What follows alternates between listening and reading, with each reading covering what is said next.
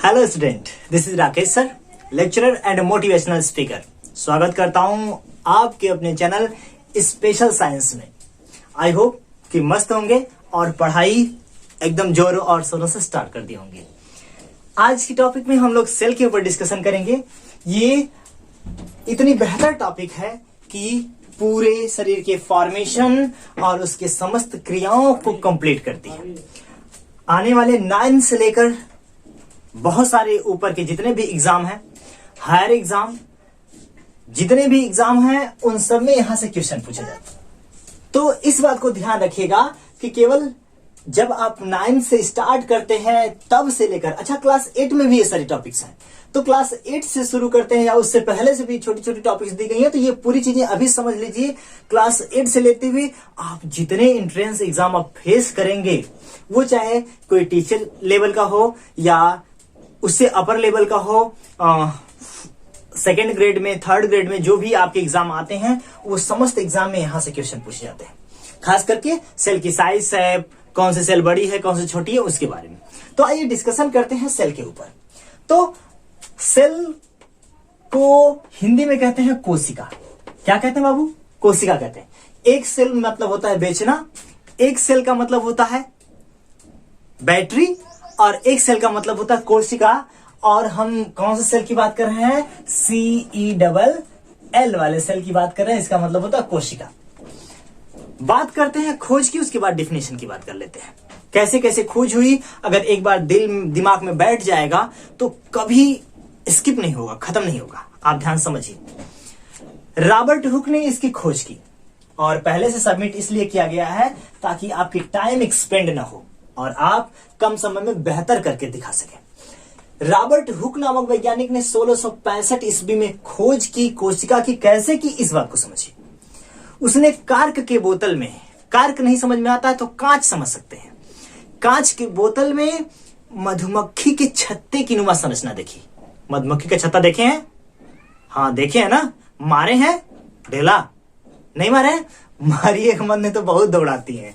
आप समझिए कि मधुमक्खी के छत्ते की नुमा संरचना देखी और ये बताया कि वो जो मधुमक्खी के छत्ते की नुमा जो संरचना दिख रही है इस बॉटल में, उस कार्क में, वो केवल एक चीज से नहीं मिलकर बनी है, बल्कि उसमें छोटे छोटे बहुत सारे पार्टिकल से जुड़कर बनी है, मिलकर बनी है।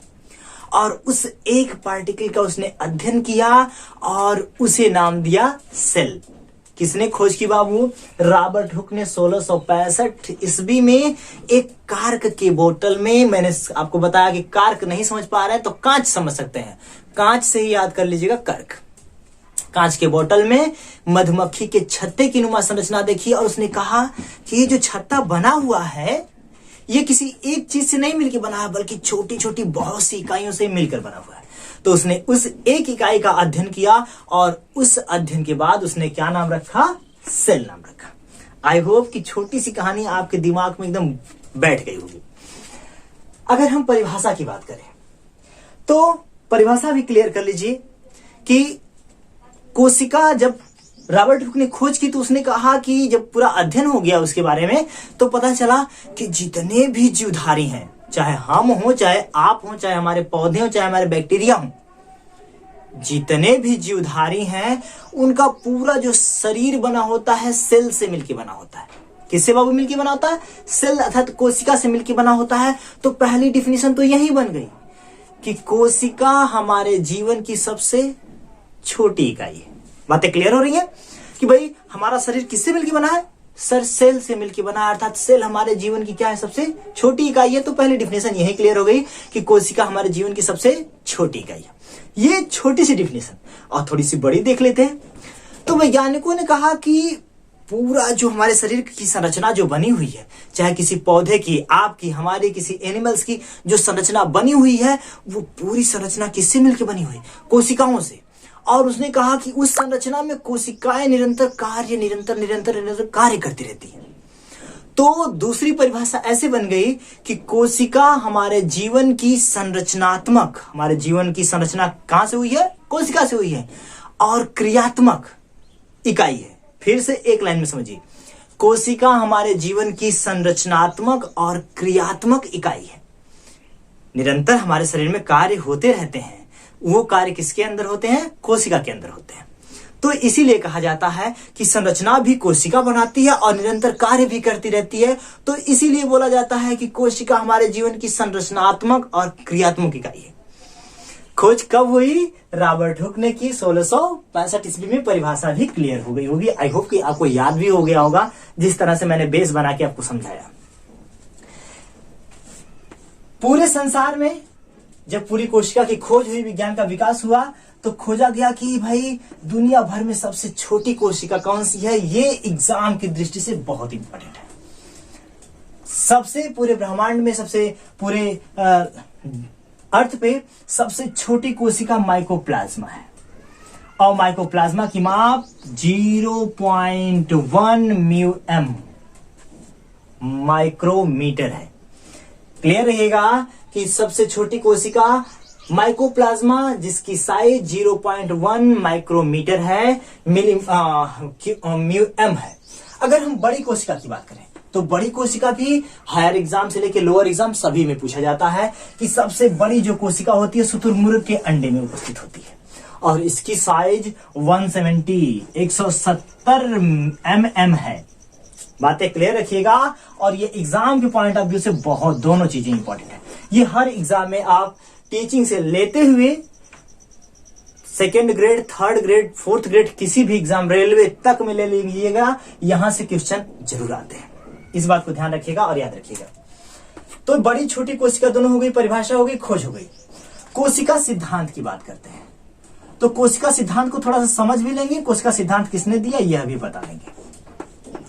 कोशिका सिद्धांत जो दिया वो स्लाइडेन एंड स्वान नामक वैज्ञानिक ने दिया 1838-39 ईस्वी में। कहीं कहीं 38, कहीं कहीं 39, कहीं कहीं दोनों दिया है।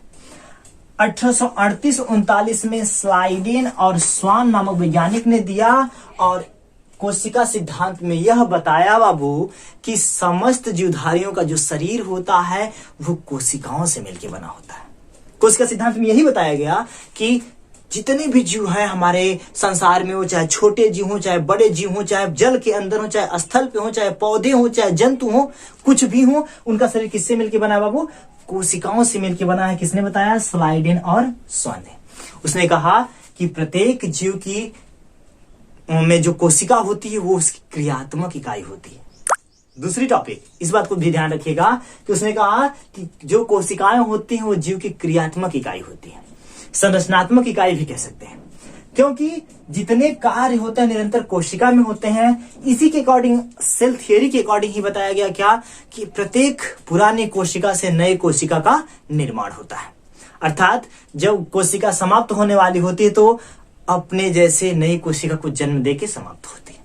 आई होप कि आप क्लियर होंगे। अर्थात इसी प्रोसेस को कहा जाएगा सेल थियरी, कोशिका सिद्धांत। किसने दिया बाबू? 1838-39 में स्लाइडेन और स्वान नामक वैज्ञानिक ने दिया। आगे बढ़ते हैं। जो मोस्ट इंपॉर्टेंट है मैं आपको वही समझा रहा हूं। कोशिका के अगर प्रकार देखें तो समझिए, मैं जब छोटी क्लासेस में था, ऑलरेडी मेरा साइंस में बायोलॉजी वाला सब्जेक्ट है, तो मुझसे पूछा गया कि कोशिका के प्रकार कितने होते हैं। आप इस बात को ध्यान रखिएगा।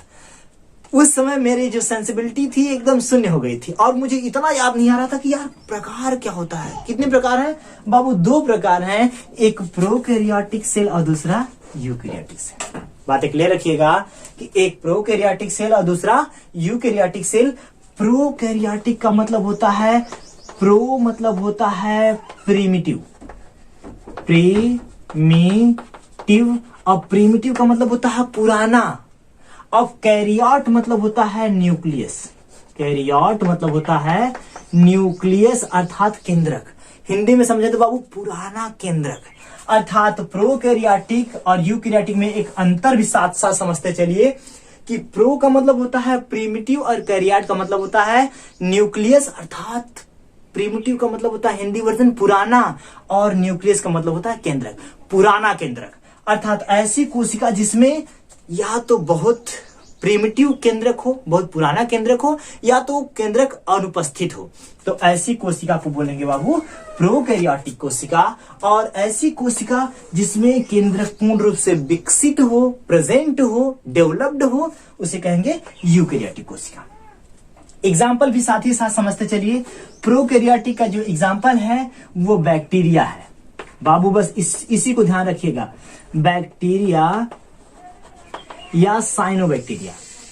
साइनोबैक्टीरिया आप पेन डाउन कर लीजिएगा कि बैक्टीरिया और साइनोबैक्टीरिया किसके एग्जाम्पल हैं? प्रोकैरियोटिक के। और एक और नोट्स में पॉइंट लिखिएगा बाबू कि प्रोकैरियोटिक में जो बैक्टीरिया और साइनोबैक्टीरिया है, साइनोबैक्टीरिया को ही कहा जाता है ब्लू ग्रीन एल्गी। अब आपके समझ में आएगा सर ये ब्लू ग्रीन एल्गी क्या होता है? अरे भैया नीली हरी शैवाल जो पोखरे तालाब की सतहों पे लग जाती है, काई। अगर दीवार से पानी गिरता है निरंतर बारिश के समय में, तो जहां से पानी गिर रहा है छत से, उस दीवार पे पूरी लग जाती है ब्लू ग्रीन एल्गी। ज्यादा बारिश के कारण जहां गड्ढों में पानी जम जाता है उसके ऊपर पूरी काई लग जाती है। वो सभी क्या है बाबू? ब्लू ग्रीन एल्गी है, शैवाल है। इस बात को ध्यान रखिएगा। किसके एग्जाम्पल है? प्रोकैरियोटिक के। अर्थात इसमें सर क्या केंद्रक नहीं पाया जाता? नहीं पाया जाता भाई। इसके अलावा बैक्टीरिया, साइनोबैक्टीरिया या ब्लू ग्रीन एल्गी को छोड़ के दुनिया में जितनी चीजें हैं वो सभी क्या है? यूकैरियोटिक है। आप बताइए प्रोकैरियोटिक है कि यूकैरियोटिक है? तो यूकैरियोटिक है भाई। हम क्या है? यूकैरियोटिक। हमारे प्लांट क्या है? यूकैरियोटिक। हमारे जितने आसपास जीव हैं वो क्या है? यूकैरियोटिक है। बातें क्लियर हो रही हैं? आई होप कि आप क्लियर होंगे। लास्ट पॉइंट कोशिकांग समझ लीजिए और आज की क्लास यहीं समाप्त करते हैं। नेक्स्ट क्लास में आपको आगे समझाया जाएगा। अगर आपको कोशिकांग नहीं समझ में आता है तो आप समझ सकते हैं, अगर हम अपने बॉडी ऑर्गन्स की बात करें, कोशिकांग को छोड़ दीजिए, शरीर के अंग, ऐसे कोशिका के अंग और शरीर के अंग। तो शरीर के अंग समझते हैं, अरे भैया हाथ है, मुंह है, नाक है, आंख है, कान है, सर है, गला है, चेस्ट है, पेट है, पैर है, ये सभी क्या है? हमारे शरीर के अंग हैं। वैसे ही कोशिका के अंदर जितनी चीजें पाई जाती हैं बाबू, कोशिका के अंदर उसका न्यूक्लियस, माइटोकॉन्ड्रिया, हरित लवक, राइबोसोम, लाइसोसोम, गोल्गी कॉम्प्लेक्स, जितनी चीजें पाई जाती हैं वो सब क्या कहलाती हैं? कोशिकांग। और कोशिकांग को अगर हम शब्दों को तोड़ दें तो समझ में आता है कोशिका और अंग, अर्थात कोशिका के अंग। जितनी चीजें हैं कोशिका के अंदर वो समस्त क्या है? कोशिका के अंग है। आई होप कि ये क्लास आपको एकदम बेहतरीन तरीके से समझ में आई होगी और आने वाले एग्जाम में आपको बेनिफिशियल होगी, है ना? बेहतरीन ढंग से सारी चीजों को नोट डाउन करते रहिए, पेन डाउन कर लीजिएगा और हमेशा याद करने की कोशिश करिएगा। दूसरी वीडियो के साथ वंस अगेन मिलते हैं। मेरे वीडियो को देखने के लिए आपको बहुत बहुत थैंक यू। और एक और मेरे लिए काम कर दीजिएगा कि मेरे साइंस फैमिली को बड़ा करने के लिए आप अपने समस्त दोस्तों तक मेरे वीडियो को शेयर कर दीजिएगा, जिससे आप, हम और आपके समस्त मित्र एक साथ मिलकर पढ़ाई कर सकें, है ना? वंस अगेन आपकी लाइफ के लिए और आपके गोल के लिए बेस्ट ऑफ लक। खूब मेहनत करिए, खूब तरक्की करिए और नाम रोशन करिए। Thank you so much. Best of luck once again.